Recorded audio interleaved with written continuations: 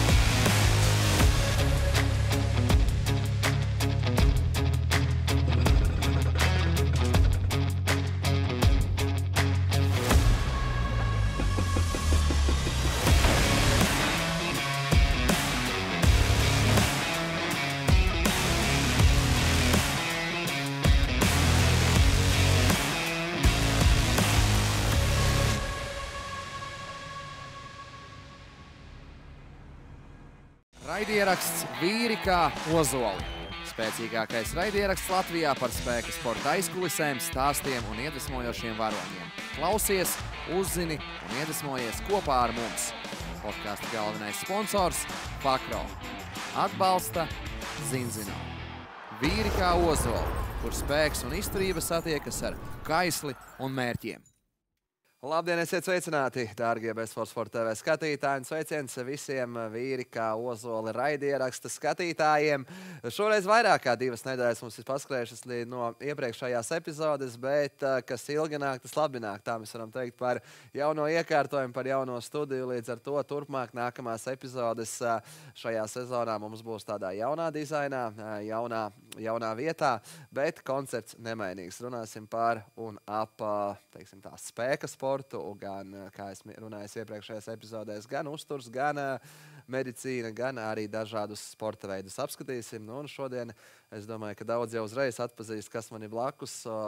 Tas ir Vladislavs Vojtehovičs, izcils sportists, treneris, tiesesis un tieši specifiski svarbumbu celšanas sportā. Tā kā Vladislavs, sveicināts, prieks tevi redzēt. Paldies par uzaicinājumu. Jā, nu ko jāsaka jau ar to, ka pēc man pieejamās informācijas 2006. gads bija tas laiks, kad tu sāki nodarboties ar šo sporta veidu, bet pirms ķeramies klāt svarbumbām, man vairāk gribās ieskatīties varbūt tādā vēl senākā pagātnē un sports kā tāds, kas bija varbūt tie pirmie sporta veidi un vispār kustība, fiziska darbība, kas tev bija pirmā? Nu, sanāk tā, ka sporta skolotājs, mans pirmais Jānis Āboliņš, viņš arī ir viens no šiem svarbumu celšanas aizsācējiem Latvijā kā tā. Un sākoties jau no 1. klases, šīs svarbumbas mums regulāri bija skolā. Ja? Un paralēli visām darbībām mēs ņēmāmies ar svarbumbām, plusā Jānis Āboliņš, izcilais sporta skolotājs, ļoti daudz mācīja peldēt.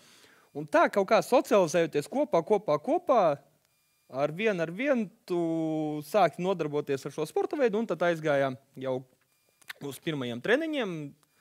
Un, jā, var teikt, ka svarbumbas arī ir. Jā, svarbumbas arī ir tas pirmais mans sporta veids vispār kā tāds, jā, 12 gadu vecumā. Ne 1. septembrī, sanāk 4. septembrī es ierados uz savu pirmo treniņu. Uzreiz jautājums, no kuras puses tas, vai tas ir Rīdzinieks vai kāda novada, jo parasti, piemēram, šādi, nu ne šie lielie sporta veidi, ir ļoti populāri atsevišķos kuros novados, kur, piemēram, milzīga vēsture vai lūk šāds viens entuziasts. Kā bija ar tevi? Jā, tieši tā, es no Jēkabpils. Jā, pašlaik gan dzīvoju Olainē, mēģinu attīstīt šo Rīgas reģionā jau vairāk, bet jā, no Jēkabpils, un Jēkabpilī šis sporta veids arī ļoti, ļoti augstā līmenī.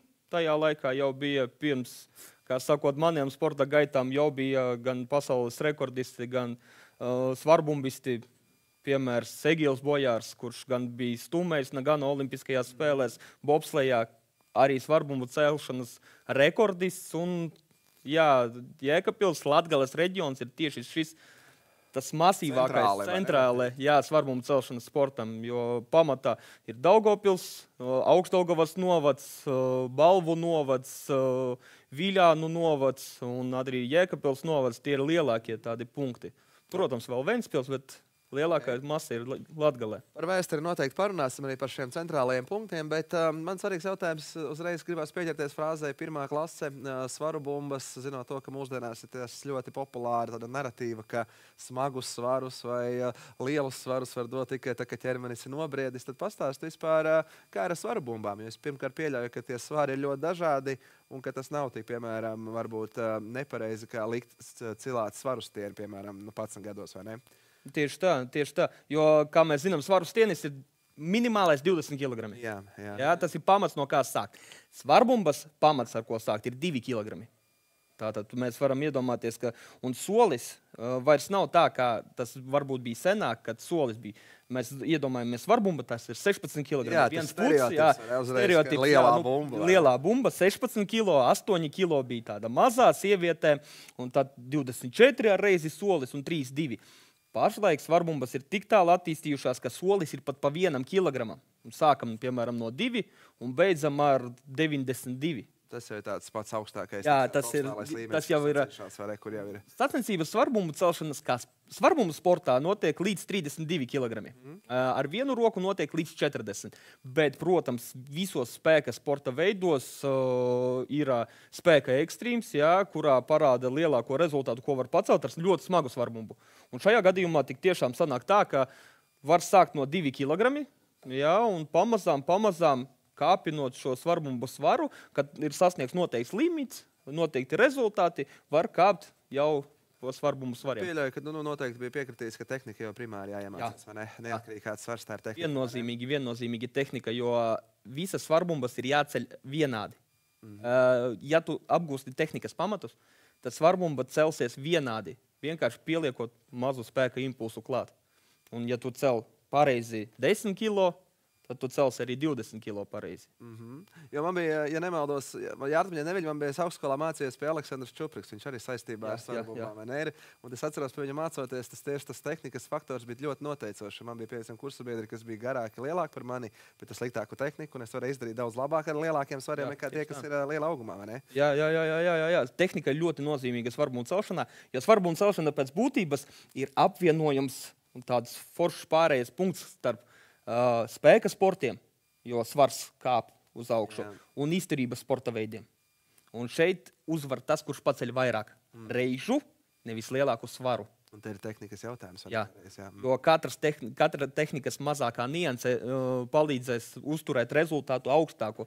Ja tu, piemēram, kaut kur esi palaidis garām lokanībā, kaut kur izturībā, kaut kur tehniskajā niansē, tas viss atspoguļosies gala rezultātā. Tu minēji, ka nacionālajie bruņotie spēki principā bija tie, kas ļoti labi integrē šo svarbu. Jā, tas bija tieši Nacionālās aizsardzības akadēmijas biedri, Innusu ģimene, kas bija pirmie tādi lielie vadītāji Latvijas svarbumbu celšanas asociācijas izveidei.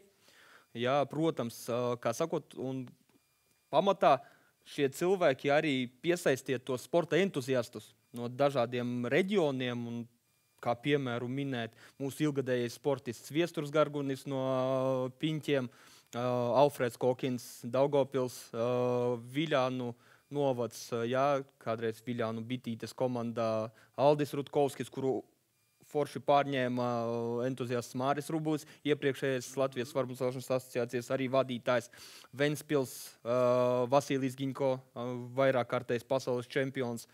Un tā šie mazie entuziasti, katrs savā Latvijas galā mēģināja celt un attīstīt šo svarbumbu celšanu. Un tas pats arī Jēkabpilī, kur bija Jānis Āboliņš, viņam sekoja Nikita Sekretovs, un viņš jau mūsu jauniešus vilka klāt no skolas kopīgi uz treniņiem, un šādā veidā tas tā paķēra. Tā uzreiz jautājums. Zini, kā daudzos sporta veidos ļoti bieži pat mazos sporta veidos nevar sadalīt to Latviju un intereses un kaut kādas starptautiskās kvotas pēc tam nākotnē. Kā ir šajā sporta veidā? Lūk, šajos pirmsākumos katrā šajā reģionā labi sadzīvojušie, teiksim tā, pionieri?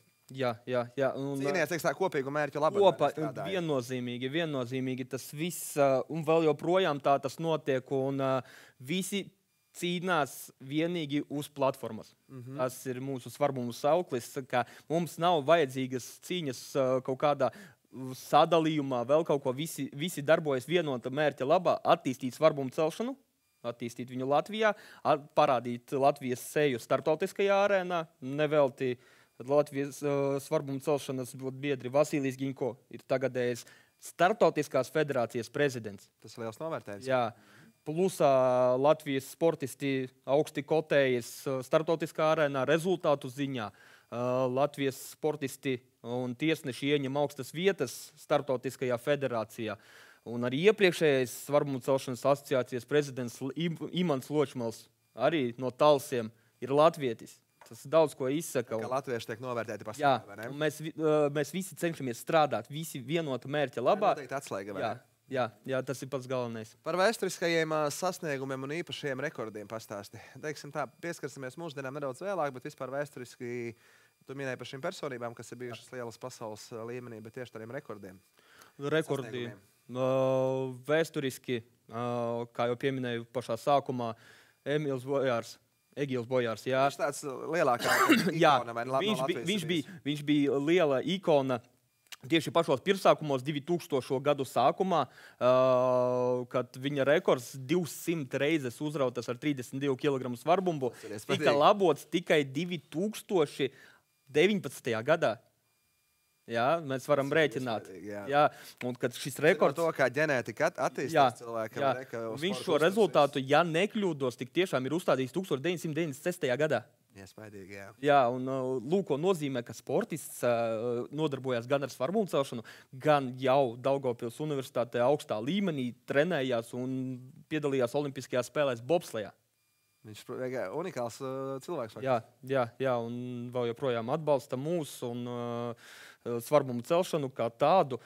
Un šeit no tiem iespaidīgajiem rezultātiem, protams, 2004. gadā uzstādītais pasaules rekords piederēja Vasilijam Giņko, kas vēl joprojām vēsturē ir otrais augstākais rezultāts. Vēl joprojām nevienā valstī, kā sakot, Krievijā, kur tas ir attīstīts jau profesionālā līmenī, kad ir profesionāli sportisti, kas nodarbojas tikai un vienīgi ar svarbumu celšanu, ir tikai viens cilvēks, kurš viņu ir labojis. Šīs paceltās 205 reizes 2005. gadā Kazaņā pasaules čempionātā vēl joprojām neviens nevar pietuvoties. Un šeit arī Māris Rubulis, piemērs aizpagājušo gadu, kad mums notika Latvijā Rēzeknē pasaules čempionāts, uzstādīja rekordu 208 paceltas reizes ar 32 kg svarbumu braušanā. Viņš to izpildīja 51 gada vecumā. Iespaidīgi. Iespējīgi tiešām. Tā kā, jā. Nu, ir ko, kā saka, ņemt piemēru tieši arī skatoties šos vecumus, kādos tas tiek sasniegts. Ok, paējam cauri nedaudz arī vispār treniņiem. Treniņu metodikai, programmām. Kādas vispār ir dažādas svarbumbu celšanas treniņu metodes un programmas, kas ir piemērotas gan iesācējiem, gan pieredzējušiem sportistiem? Mēģinām paķidāt nedaudz dziļāk vispār, kas ir šī sporta veida tā sakne un kā trenēties pareizi un kur trenēties un tā. Tur ir tā mazā nianse. Svarbumu celšanas sports ir ļoti unikāls savās niansēs. Kāpēc? Kā es teicu, viņš apvieno spēka sportu un apvieno ciklisku izturības sportu. Ja, mēs varam salīdzināt aptuveni svarbumu celšanas sporta disciplīnu notiek 10 minūšu garumā. Mēs to varam salīdzināt ar 3000 metru skrējienu klasikā. Jā, 3000 metru klasikā. Tātad, kā mēs lielākā daļa zina, vieglatlētikā 3000 metriem gatavojas ar gariem skrējieniem, ar tempa skrējieniem, ar kalnā skrējieniem, intervāliem. Tas pats notiek svarbumu celšanā. Bet paralēli tam tev ir intensīvi jāgatavo savs ķermenis un jāuztur arī spēkam. Jā, tev vienlaicīgi. Un tā saudabība ir tā saucamā spēka izturība. Kad tev ir jānotur tas spēks noteiktajā režīmā. Ja? Kad tev jārada tas spēka impuls, un tātad treniņi arī tiek sastādīti šādā veidā. Uzreiz saliekam treniņus divu veidos. Tātad sākam to, kā iesācējs, kurš tiešām, piemēram, es neesmu ar to nodarbojies aktīvi, ar ko man būtu jāsāk, piemēram. 30-gadīgs vīrietis labākajos gados grib sākt nodarboties ar šo sporta veidu. Pirmais svarīgais punkts ir atnākt uz treniņiem. Otrais ir sākums, ir tehnikas apguve. Ja? Noteiktā tehnikas apguve. Un paralēli tiek veikti dažādi specifiskie vingrinājumi. Proti, pastāstījāt detalizētāk. Detalizētāk tas skan specifiskie vingrinājumi. Tas nozīmē, ka mēs imitējam svarbumu celšanas kustību, pielietojot arī svarastieni. Jā. Nevelti var redzēt, ka bieži ir sportisti, kas izpilda noteikta veida pietupienus, noteiktas sekvences parāvienus, kas parastam cilvēkam liksies dīvaini varbūt tās, vai pat nedroši. Kaut gan tā nav. Un pamazām apgūstot tehniku noteiktā līmenī, mēs ejam jau audzēt rezultātu ar mazajām bumbām, pakāpeniski sasniedzot noteiktus standartus, kas visaptveroši skan tā. Grūšanas vingrinājums ar 2 bumbām no krūtīm ir 100 reizes un raušanas 150. Ja mēs sasniedzam to jau ar vieglu bumbu, mēs skaidri zinām, ka mūsu muskuļi un saites mēs varam pāriet uz nākošo svaru. Galvenais moments ir nesaforsēt to gājienu, jo visi mēs vēlamies ar reizi piedalīties sacensībās.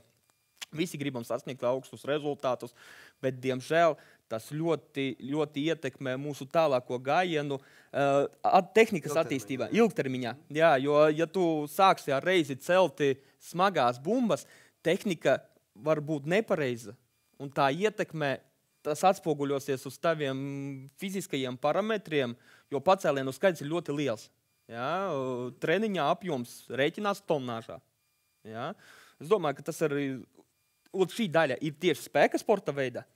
Un par to izturību, jā. Jā, izturība trenējas uz minūtēm. Intervālu treniņš, minūti taisi, minūti atpūties. Tas arī ir attiecīgi tām pašām bumbām, tu taisi tikai izturību. Jā. Nav tā, ka tev jāiet cross skriet vai ne, vai kas vai to arī uzdara. Tas ir papildus. Tas jau noteiktu. Sākotnēji, jebkuram iesācējam rezultāts augsts svarbumu celšanas sportā, jebkurā gadījumā. Ja viņš jo viņš adaptēsies pateicoties tehnikas bāzei, pateicoties specifiskai darbam, bet pakāpeniski sasniedzot noteiktos līmeņus, vajadzēs pieslēgt klāt papildus. Tas ir cross. Jā. Sprinti kaut kādā arī var Sprinti, jā, bet sprinta disciplīna gluži tas radīs to impulsa atdevi. Jā. Un garie skrējieni, garie slēpojumi lēnā pulsā ilgu laika periodu. Lūk, un tas ļoti, ļoti svarbums. Kardiotreniņi. Ok, par iesācējiem plus mīnus. Kā atšķirās šī trenēšanās programma profesionāļiem? Profesionāļiem ir tas pats, tikai detaļi... Skelets ir tāds pats, vai ne? Skelets ir tāds pats. Vienkārši intensitāte mainās. Un tas, cik lielu tonnāžu tu pieliec klāt. Proti, padarītā darba apjoms. Jā. Jo, ja, piemēram, mēs iedomājamies iesācējs, piemēram, grib celt 16 kg. Tātad pirms tā viņam soļi visticamākais būs 4, 8, 12, 16. 4 soļi. Jā. Ja grib profesionālis celt, kas jau ir 32 kg par vīriešiem runājot, jā, tad mums solis sākas 16, 20, 24, 28, 32, 5, vairāki soļi jāiet. Tātad tas dalījums mikrociklos, jā, ir daudz lielāks. Un, ja, piemēram, pirms sacensībām sagatavoties iesācējiem ir 6 nedēļas optimāli, viņš jau kaut kādus pamatiņus iegūst, vēl kaut ko, un ar savām vieglajām bumbām noteiktā līmenī nostartēs, tad profesionālim tas tiek dalīts jau tādā specifiskā nogrieznī kā gada griezums. Ja? Un šis cikls neatkārtojas ar reizi. Tātad vispirms mēs iegūstam bāzi, pēc tam mēs sagatavojamies funkcionāli visam, esam gatavi, tad ir sacensību režīms un tad ir atpūtas režīms. Un tad šo visu mēs apvienojam gada griezumā. Jā, lūk, okay. Ja iesācējam, tad mēs varam to intervālu tikai turpināt ar to svarbumbu specifisko sagatavošanu. Vienu aplīti izgājām, apmierina rezultāts, atkal sākam nākošo aplīti jau no, piemēram, sākām no 0, tagad no 10%. Sākām no 10%, tagad no 20%. Īsāk sakot, tā tonnāža, ko tu minēji, tas ir atšķirības starp iesācējiem un profesionāliem, ka viņiem ir tie svari pilnīgi vairāk un lielāks apjoms, kas jāpaveic, vai ne? Jā. Frāze atpūtas režīms. Kā reiz man nākamais jautājums ir vispār šajā sporta veidā tieši tādā augstākajā līmenī atpūtas režīms, uzturs, atjaunošanās. No savas pieredzes pastāsti. Ļoti svarīgs. Ļoti, jo viss pieēdas. Kad tu piemērs, kad tu pacel 100 reizes, ir ok. Kad tu pacel katru treniņu 100 reizes, piemēram, 4 treniņi nedēļā, 400 reizes. Kad tu savāc, piemēram, viena mēneša normā, tās jau būs 1600 reizes. Ja tu paņem, piemēram, pusgada griezumā, tev sanāks jau 10 000 pacēlienu. 10 000 pacēlienu, tev vienkārši organisms jau pats negribēs celt. Tev nebūs interesanti, tev vajag ļaut viņam atpūsties. Un tas ir ļoti svarīgi priekš saitēm, jo kustība ir vienveidīga. Un mēs saprotam, ka eksistē visādas traumu uzkrāšanās, kā tenisiste elkonis, golfera elkonis, tad svarbumi uzkrāšanās ir šajās vietās. Rokas virsējā daļā. Kā tenisistam, jā. Un kad tu regulāri 10 000 reizes, lai gan tu esi apguvis tehniku, lai gan tu kontrolē to visu procesu, tev tik un tā sitas, tev uzkrāsies nogurums. Tas pats arī balans uz muguru, tu visu apgūsti, visu pareizi dari, bet tomēr tā mikroslodze krājas. Kas bija paņēmieni, kā tu atjaunojies un vispār arī par uzturu pieķeroties? Kas bija tas, kam tu pievērs uzmanību? Vai es pieļauju, ka tev arī noteikti jaunībā bija viena pieeja, liekot gudrāks un izglītojoties jau mainījās, vai ne? Ļoti svarīga loma. Svarbuma celšanas sports arī, ar ko piesaista cilvēkus, ar to, ka tu vari ēst daudz. Tas ir ļoti patīkamā pozīcija. Bet uzsvars uz ko? Ogļhidrāti, olbaltumvielas? Uzsvars ogļhidrāti un olbaltumvielas. Tauki nesāks strādāt viennozīmīgi, jo darba laiks ir 10 minūtes. Ogļhidrāti tieši tas, kas vajadzīgs. Ja tīri olbaltumvielas, krēlkanīns, viņš iestrādāsies tikai uz minūti. Mums nevajag to jaudu tik momentālu. Mums vajag to jaudu 10 minūšu garumā. Tad tieši tie ogļhidrāti, tā ogļhidrātu uzkrāšana pirms sacensībām, ar želeju palīdzību vislabāk strādāt pēdējo gadu. Tā kā maratonā Pēdējo gadu labākais atklājums, kā sakot no manas puses, ir tieši pirms sacensībām uzkrāt enerģiju ar želeju palīdzību, jo ja mēs iedomājamies, ka mums ir jātur uz ķermeņa, ja mums kaut kas vēdera dobumā ir lieks, mums tas traucē. Mums uzkrāsies ūdens liekais, radīs problēmas. Bet mums vajag enerģiju. Plusā vēl svarbuma celšanā eksistē svara kategorijas. Un ne visu laiku tu iekļūsti tajā svara kategorijā, un bieži vien tev nākas dzīt to svaru. Pirtis izmantojat kā cīņas sporta veidā, vai kā? Jā. Pirts, skriešana, pārsvarā termoapģērba skriešana, svēršanās notiek, ja Latvijā tajā pašā dienā, kad notiek sacensības, tāpēc ir diezgan grūti pieskaņot sevi un atjaunoties. Lielajās sacensībās dienu iepriekš, jā?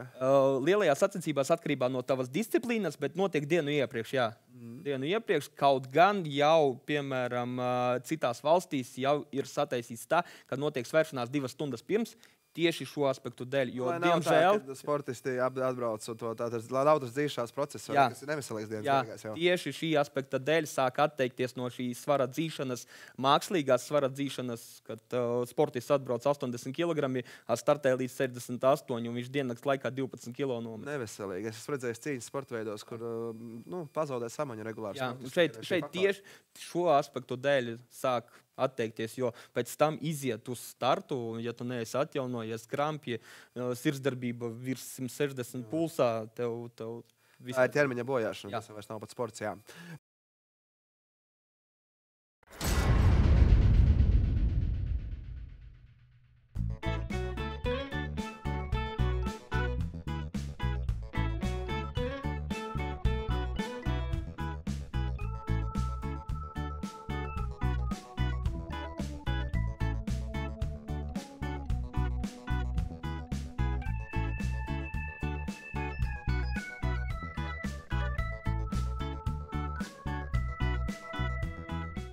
Bosch profesionāli bezvadu instrumenti, jaudīgi, izturīgi un viegli lietojami. Bosch piedāvā lojāliem klientiem jaunos Pro Deals piedāvājumus un dāvanas līdz 30. aprīlim.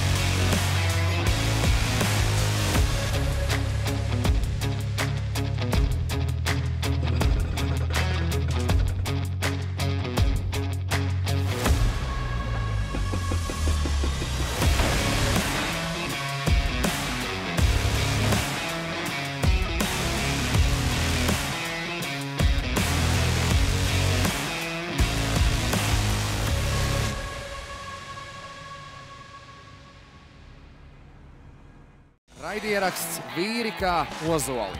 Spēcīgākais raidieraksts Latvijā par spēka sporta aizkulisēm, stāstiem un iedvesmojošiem varoņiem. Klausies, uzzini un iedvesmojies kopā ar mums. Podkāsta galvenais sponsors – Fakro. Atbalsta Zinzino. Vīri kā ozoli, kur spēks un izturība satiekas ar kaisli un mērķiem. Par atpūtu, jā. Tu minēji par uzturu, parunājam par atpūtu. Kā tu atpūties, teiksim, tās starp sacensībām? Miegs. Ļoti svarīgs, vai ne? Ļoti svarīgs miegs. Ja ir iespēja tik tiešām pagulēt dienas laikā, vispār ideāli pirms treniņa, tas ir miegs un otrs masāža. Jo, kā teicu, vienveidīga kustība, jā, viņa noteiktos muskuļus piedzen noteiktā veidā. Jā, viņas sadzenas, apjoms ir milzīgs, tonāža ir milzīga, ko paceļ. Un tad masāža ļoti glābi. Ļoti. Protams, kā sakot, stiepšanās vingrinājumi, jo bez noteiktiem leņķiem, antropometrijas, viennozīmīgi svarbumbas būs grūti celt. Viņas var celt, bet vai tas ir vajadzīgs sevi nomocīt, ja tā vietā mēs varam sniegt sev palīdzību ar stiepšanās vingrinājumiem, ar masāžu, mums tas atvieglos dzīvi. Cik tev bija vecums, kad tu sāki saprast šīm detaļām, ko tagad stāsties? Pieļauju, ka tu tādā jauniešu vecumā sākumā arī to visu atjaunošanos, stiepšanos uztvēri tā, kā saka, viena auss iekšā, otra ārā, vai ne? Kas bija tev tāds apziņas vecums, ka cik ļoti svarīgi šīs tevis nosauktās lietas - uzturs, atjaunošanās, miegs, stiepšanās? Es domāju, tad, kad es sāku pats trenēt. Jā, kļuvi treneris, jā? Jā. Tad es to sāku skatīties pēc tāda momenta, kad tavam sportistam kaut kas neiet, jā, un bieži vien, kad sportists ir arī treneris, viņš it kā liek no savas pieredzes, kas gāja, kas negāja. Un ja tev ir uzkrājušās traumas, tu negribi atdot to sportistam. Skaidrs, ka. Tātad viennozīmīgi tev ir jāpadomā, kādā ietekmē tev šī trauma ir radusies.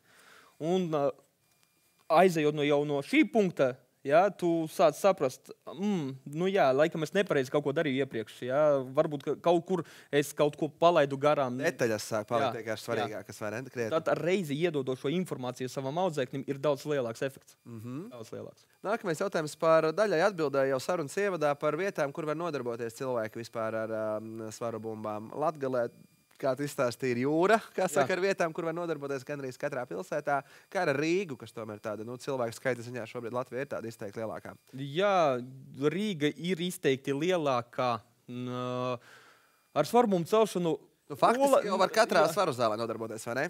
Jā. Gandrīz katrā svaru zālē ir svarbumbas. Protams, varbūt tās viņas nebūs specifiski svarbumbu celšanas svarbumbas, jā, bet vairāk fitnesa, bet šīs nodarbības tu vari veikt jebkurā sporta zālē.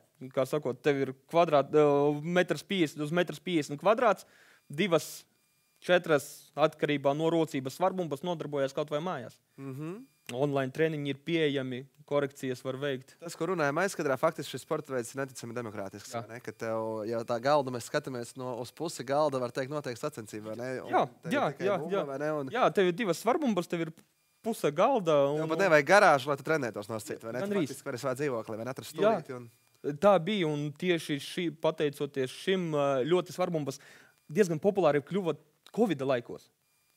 Tāpēc varēja redzēt, bieži vien arī Reivis Vidzes rādīja vispār arī es varu pateikt no sporta veidiem. Ļoti daudz nodarbojas ar svaru bumbām, ar riteni tieši dzīvoklī. Tāpēc tas bija vienīgais, ko tu vari darīt. Jā, tu nevari iet ārā. Tev ir mazs placis, jā, tev ir svarbumba. Ar katru svarbumbu, piemēram, var izpildīt vairāk kā 520 vingrinājumu. Dažne dažādu, sākot ar spēku, izturību, funkcionalitāti, pašu svarbumbu sportu. Lūdzu, trenējies, kā sakot, labs sauklis ir Daugavpils komandai Kettlebell Fit Daugavpils, treneris jūsu plaukstā. Jā, tā arī ir, faktiski. Man interesants jautājums izveidojās. Ļoti daudzos sporta veidos mūsdienās ir 21. gadsimta mīnus, ka ir TikToks, ir visādi interneta, savas dažreiz gudrinieki, kas tur pārdod savu pakalpojumu internetā, video formātā. Vai tu arī savā sporta veidā nesastopies ar to, ka arvien vairāk ir tādi, kas it kā grib pārdot savu pakalpojumu, skaļi seju noinfluencē, iegulda reklāmā, un ka bieži varbūt pat cilvēks var teikt, seju var traumēt šādu pakalpojumu pērkot? Vai jūsu sporta veidā tas nav tā aizgājis, ka tā arī problēma? Ka ir šie saucamie interneta treneri, bet īstenībā realitātē viņi pat ļaunu dara sportistiem. Tas ir tāds 50 uz 50 svarbumbu celšanas sports un svarbumbu fitness dalās. Okay. Un šeit mēs redzam to, ka ir ļoti daudz svarbumbu fitnesistu. Un tie, kas internetā pārdod. Jā, kas izdomā tādu mistiku dažreiz, tik tiešām, kas tehniski no mana skata kā sportista, kā svarbumbu sportista viedokļa ir neefektīvi vai nelietderīgi, jo mēs viennozīmīgi, ja mēs pārdodam, mēs gribam, lai tas būtu interesanti. Ja? Un neviens fitnesa influenceris neteiks, ka viņš dara vienu un to klasisko pietupienu, piemēram, ja, ar svaru stieni un visu laiku filmēs to. Nē, tas neaizies. Tāpēc viņi izdomā kaut kādus savus vingrinājumus. Ja? Tā fitnesam klāt, kāpēc gan ne? Lai attīstās, viņam ir sava vieta, viņu atbalsta, var veikt grupu nodarbības, ļoti demokrātiski iznes ārā, piedalies, saliec kopā. Daudz to dara, apļa treniņus taisā ar lumbu. Tautas sportam, tautai ļoti nozīmīgi. Vienīgais tas mīnus, es viņus ļoti, ļoti atbalstu, bet mīnus ir tāds, ka viņi sāc to dažreiz par svarbumu sportu. Proti, viņi nepareizi definē un ielien tur, kur nav viņi... Jā, kur nevajadzētu to darīt. To nevajadzētu darīt. Tas ir fitness, viņam ir sava vieta, tas ir forši, tas attīsta, tas rosina cilvēkus, bet sporta ir sporta lietas. Šis visai ļoti labs punkts, lai saprastu šo atšķirību, kas fitnesa zālēs darbojas, ko darboties jūs. Kāda ir izplatīta mīti vai nepatiesības, ko cilvēki parasti domā par svarbumbu celšanas sportu? Svarbumbu celšanas sports pirmais. Visi ar reizi prasa, cik tu vari uzspiest, kaut gan tu esi svarbumbists. Es pieļauju, bet tas ir pirmais jautājums. Tas ir viennozīmīgi, tas ir ar reizi tas pirmais jautājums, cik tu vari uzspiest. Tas svarbumbistam ir kategoriski neieteicams spiest. Tieši, ko teica lokanības, antropometrijas ietekmē. Otrais mīts. Celsi bumbas, sabojāsi muguru. Dzīves piemērs. Mums meitene Jēkabpilī trenējās. Viņai bija muguras diska trūce uz 13 mm. Pēc 2 gadu treniņa viņai samazinājās līdz 2.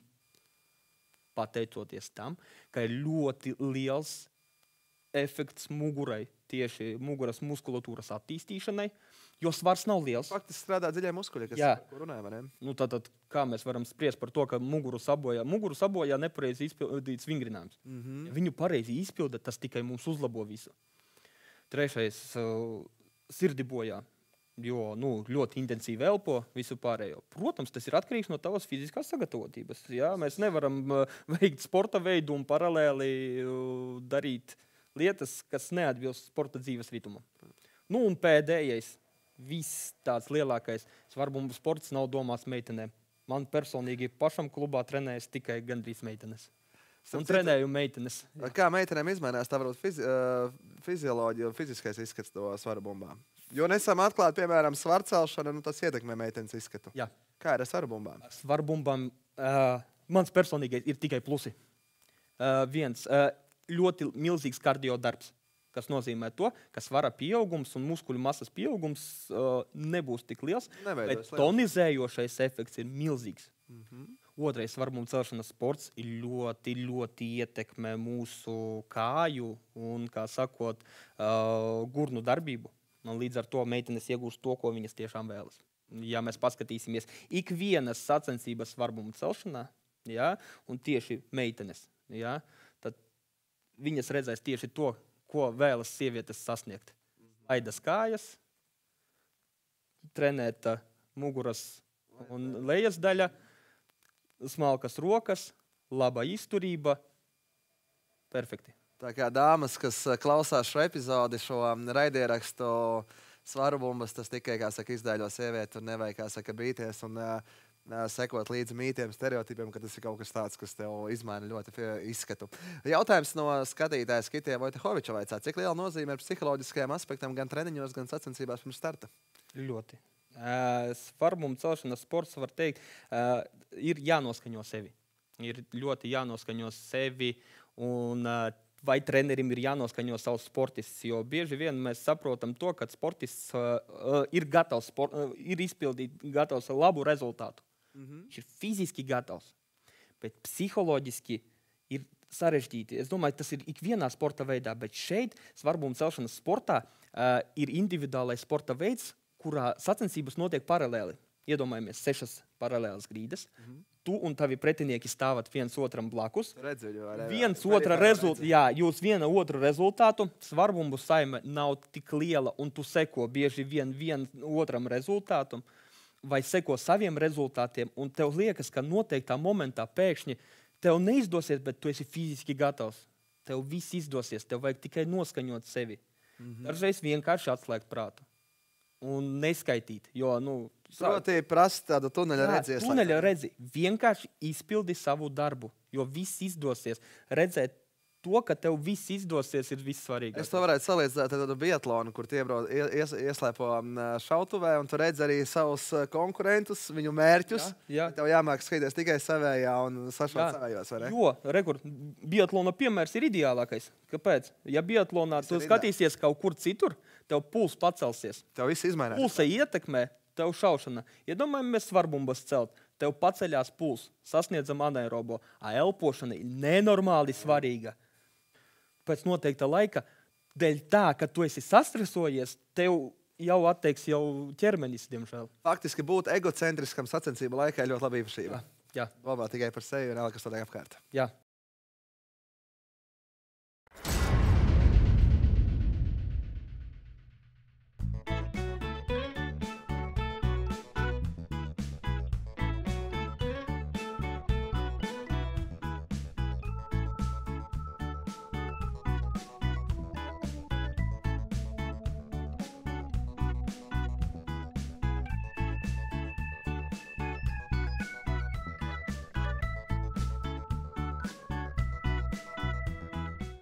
Bosch profesionāli bezvadu instrumenti jaudīgi, izturīgi un viegli lietojami. Bosch piedāvā lojāliem klientiem jaunos Pro Deals piedāvājumus un dāvanas līdz 30. aprīlim.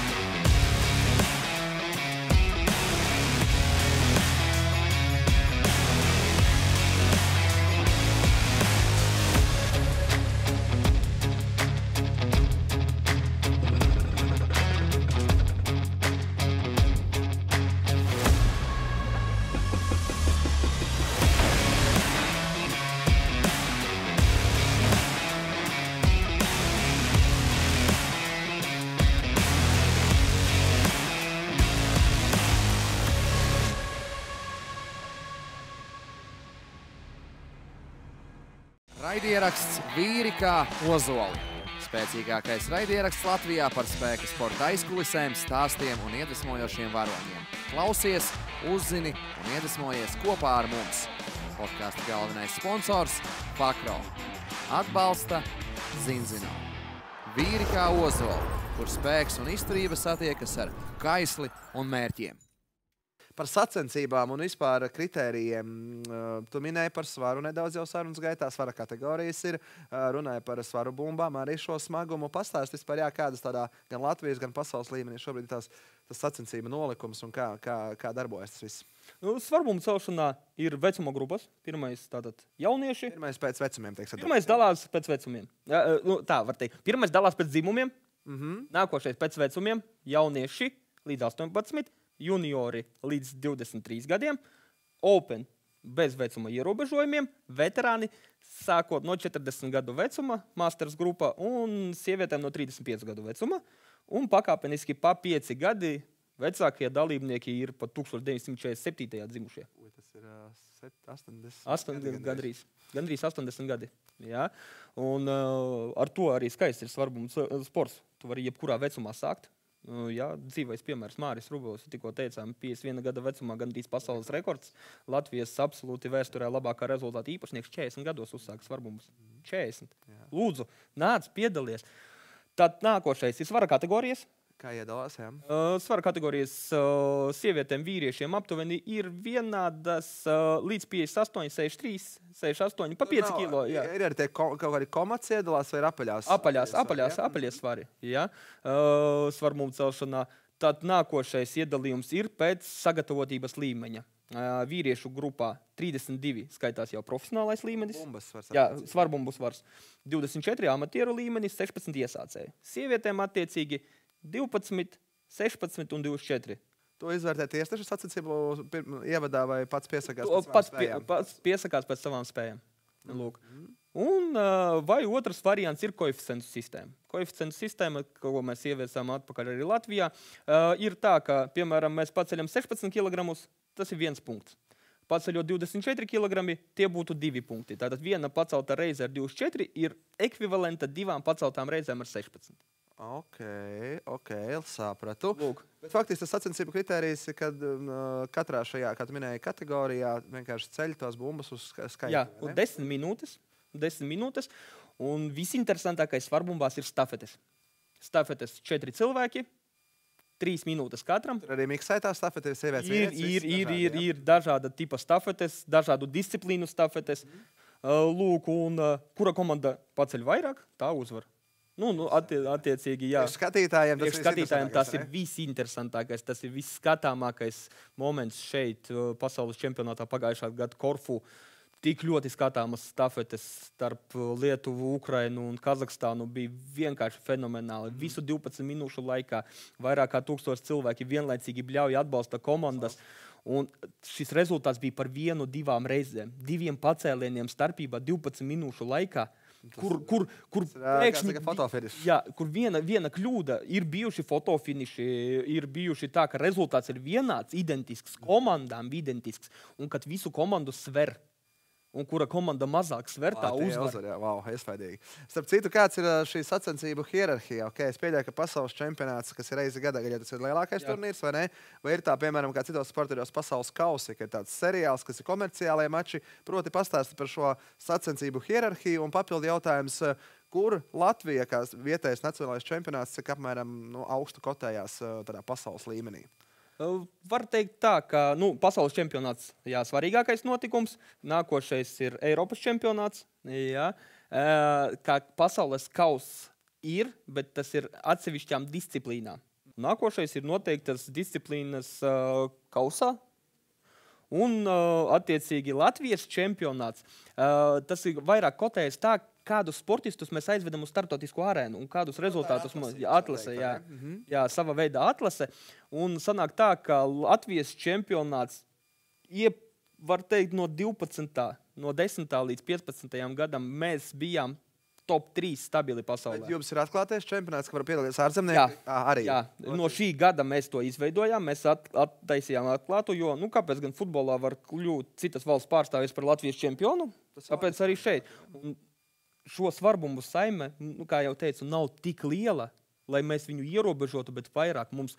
Bet tas vairāk, manuprāt, izglīto. Ja redz, piemēram, vietējais sportisti kaut kādu tādu pasaules līmeņa atlētu, viņš paskatās, kā viņš tehniski ceļ vai ne, kā viņš uzvedās vispārējais. Tas jau tikai tāds apmaiņas, kā saka. Tas dod klāt, un plusā vēl konkurence. Viennozīmīgi, kā mēs teicām, uz platformas visi cīnās, un jo lielāka ir konkurence, jo vairāk cilvēks grib pacelt. Jo vairāk tendēs, un viņš zina, varbūt šajās sacensībās viņš neuzvarēja, viņš nākošajās uzvarēs. Nevaru neuzdot jautājumu par komerciju. Kādas tās sacensības, kur var nopelnīt, vai varbūt ir kaut kādi, izklaides pasākumi, kur jūs uzaicinā un jūs arī piedalāties? Vai cik reāli šajā sportveidē nopelnīt kaut ko? Pagaidām, diemžēl, grūti. Tādu komerci hobiju sports vairāk faktiski. Tas ir veselībai, tas ir vairāk tā hobijam. Bija līdz 2012. gadam komerces turnīrs. Starp citu, vienīgais pasaulē Ventspils Atlants, kur rīkoja Vasilijs Ginko. Vienīgais komerces turnīrs, var teikt, godīgi, kurā bija naudas balvas, kur aicināja vislabākos sportistus no visas pasaules brauca.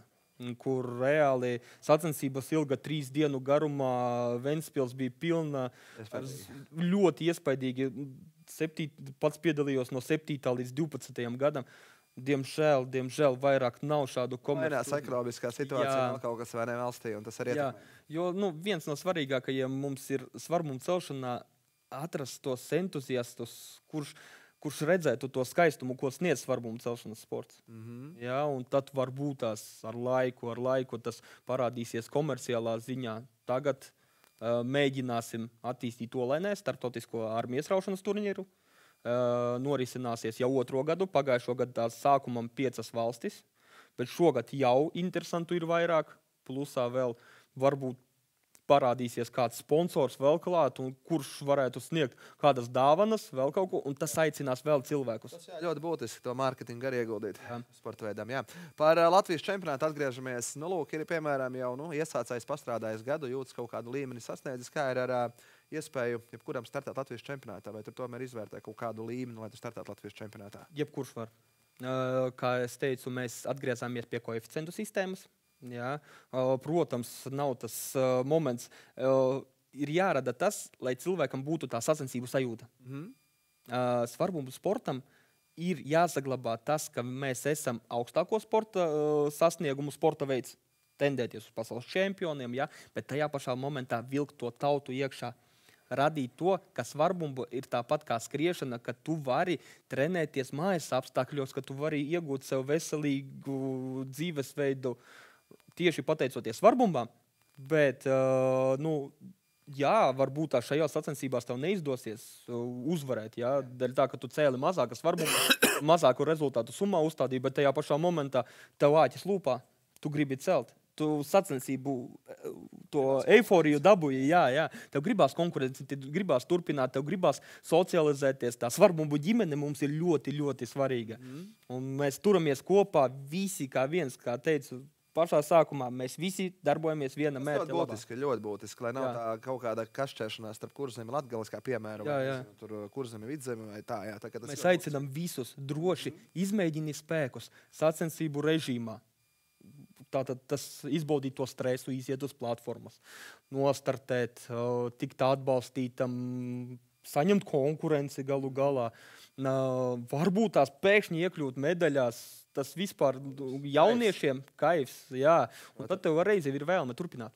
Par sacensībām, kā reiz tu vienā minēja, bet man ir šeit špikarīt ierakstīts masterklass 8. martā ar 3 pasaules čempioniem. Jā. Vai arī pastāstīt par šo pasākumu? Pirmo reizi pasaulē organizējam arī šeit Latvijā.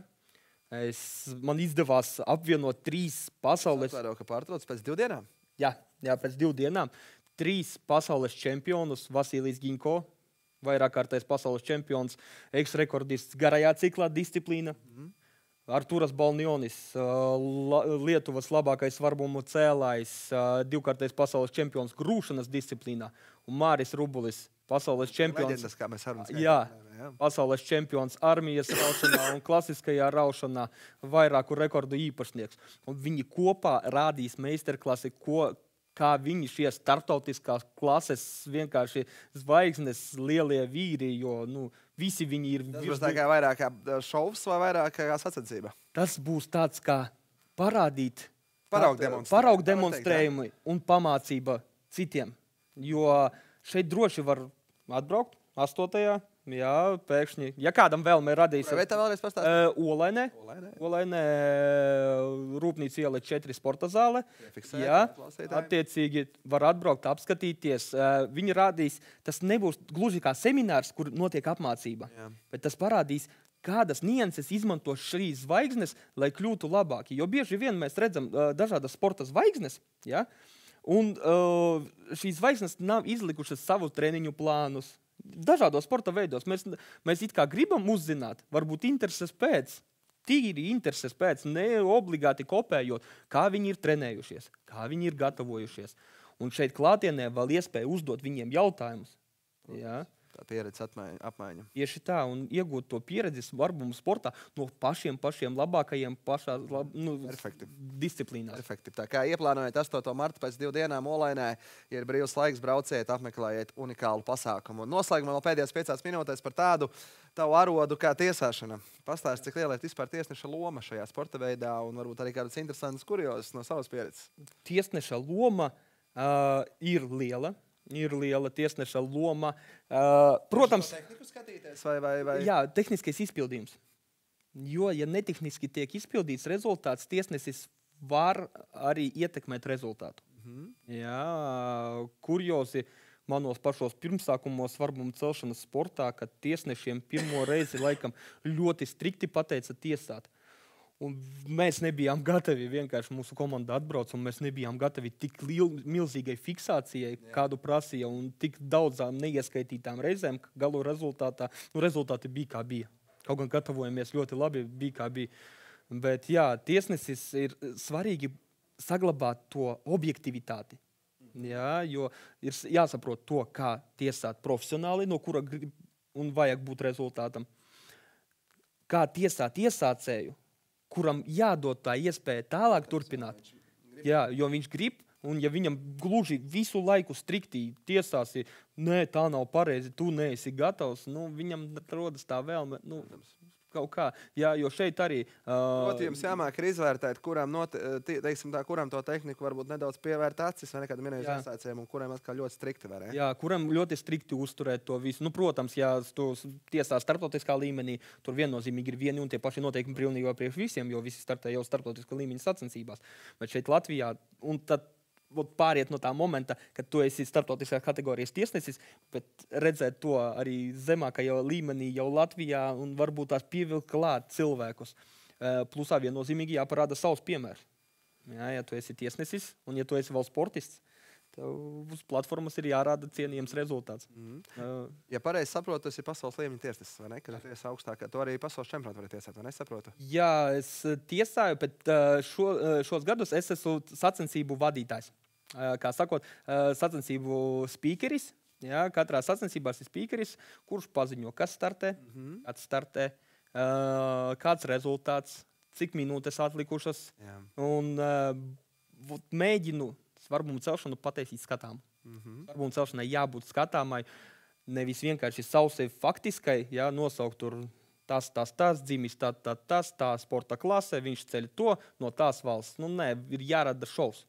Un ja tu radīsi šovu, ja tu pasaki, ka tur uz pirmās platformas tev tuvojas, aiziet, atbalstam, valstis atbalstat, tas šovs aug, tā skaļuma decibeli aug, viss kopā. Jābūt arī kā vadītājiem, ne tikai tādā ziņā, no vadītājiem labākajā ziņā, kā pasākuma vadītājiem, faktiski, vai ne? Tiesnesim tikai. Jā, lūk, un attiecīgi mana sieva, attiecīgi ir sekretāre, arī tiesnese, lūk, un tā, kā sakot, šeit svarbumu celšana ir ļoti tas sociālisms mūsu lielais, jo uzsākam mēs sporta pēc, paliekam mēs komunas.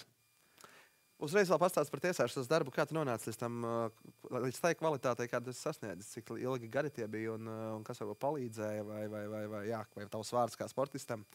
Tiesnesim, kā sakot, ir tas moments, ka, ja tu esi pats sportists, jā, tev ir jābūt gatavam sevi tiesāt arī treniņu laikā. Un tad tu pamazām piedāvājies vispirms uz platformas, skaitīt reizes, bet seko tehnikai, visam pārējiem. Nākošais līmenis, tu jau vadīji kopējo grupu, kā galvenais tiesnesis Latvijā. Nākošais, tu jau organizē sacensības, esi kā galvenais tiesnesis un koriģē pārējo tiesnešu darbu. Trešais līmenis, tu jau izdomāji, ka vajag pasaules čempionātā piedalīties, izteikt savu starptautiskās kategorijas tiesnesi. Tātad vispirms izēja apmācības, pēc apmācību veikšanas veids darbu, kas ir jau tieši klātienes svarbumu celšanas tiesāšanas sacensību laikā. Un pēc noteikta līmeņa, sanāk aptuveni pēc 5 gadu tiesāšanas, tu kļūsti par starptautiskās kategorijas. Faktiski tev tas lielais pluss, ka tas izgājis to visu piramīdu, kā gan sportists, treneris, tiesnesis, vadītājs, un tu zini katrā punktā, kas kā jādara, vai ne? Jā, un tas viss kopā rada to, kas mums ir tagad Latvijas svarbumu celšanas asociācijā. Tagad atskatoties, kas tev pašam ir tas tomēr favorīta pienākums no šī visa nosauktā sportists, treneris, vadītājs, tiesnesis? Kā kurā reizē tās vēlmes ir dažādas. Pēc sajūtām, ja?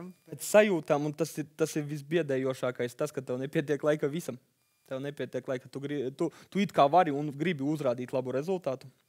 Tu gribi atdot saviem audzēkņiem, jo viņi uzrāda ļoti ideālus rezultātus. Jā, sporta meistari izauguši, meistara kandidāti, tik tiešām varu lepoties ar saviem audzēkņiem. Paldies, ka jūs man esat. Tad nākošais moments, kad tu esi tiesnesis sacensību vadītājs un kad visas valstis, visi dalībnieki tev pasakās par to, kā tu novadīji sacensības, tas ir vienkārši no sirds paldies. Un tad, jā, visu to apvienot kopā un tad norganizēt vienkārši sacensības arī, kad pēc tam visi ir apmierināti.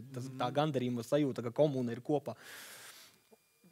No katras pozīcijas tu gūsti gandarījumu. Jā, no katras tu gūsti gandarījumu savā veidā, bet tā ir mana lielākā problēma ar sevi, ka man jāsāk domāt. Laika menedžments.